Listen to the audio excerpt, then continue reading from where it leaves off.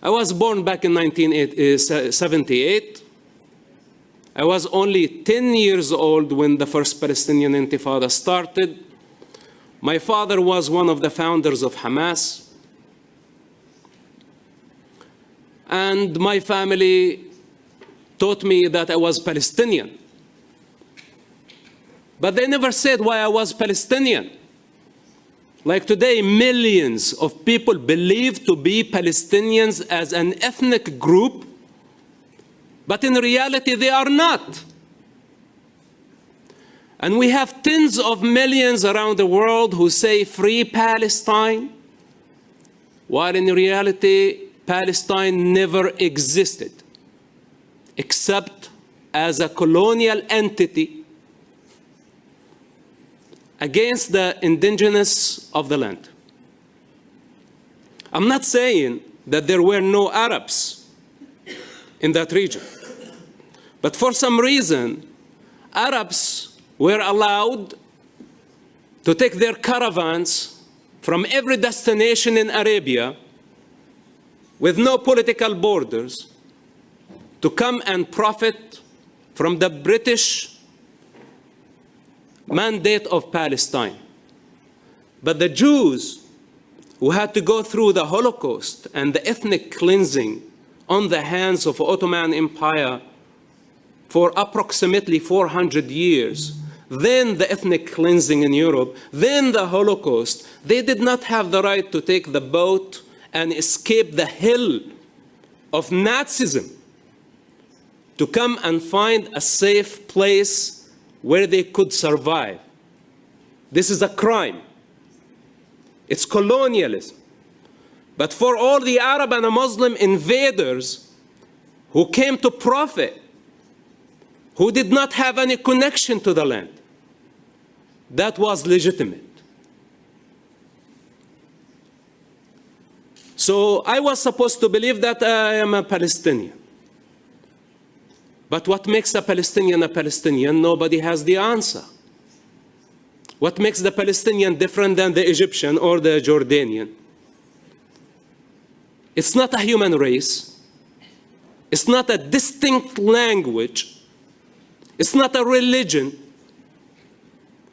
It is nothing but a violent ideology that was established as a hostile movement to annihilate the Jewish people from that land. The continuous Islamic, and I insist to say Islamic, attempt to kill the Jewish people. And that brings us to the ideological dimension that many of us are in denial. Why? Because we have 2 billion Muslims around the world and we don't want to piss them off. So most of us stick our head in the sand in denial. While it's in the Quran, it's in the Hadith, that it's an Islamic belief based on the Islamic most trusted sources, that the end times will not come and the Mahdi, that's the savior of the Muslims, will not return until the Muslims annihilate all the Jewish people, not only in Israel, but worldwide. This is not only human delusion. They have been acting on it. It's a legislation. Many out there believe that Allah gave them the authority to punish the Jewish people. First, Allah chose the Jewish people. It was His chosen ones. But for disobedience, Allah wanted to punish the Jewish people. And now the Muslims functioning as the sword of Allah on earth to punish the Jewish people and all the non-Muslims who don't submit to Islam. This is the Islamic law. And all those who try to sell the West a peaceful version of Islam, they are liars and they are lying. And their claim is baseless.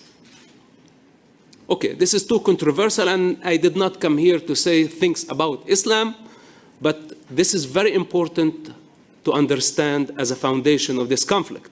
Because if we really want to find a solution, then we need to understand the dimensions of the conflict. And the ideological dimension of this conflict is the most significant one, in my humble opinion.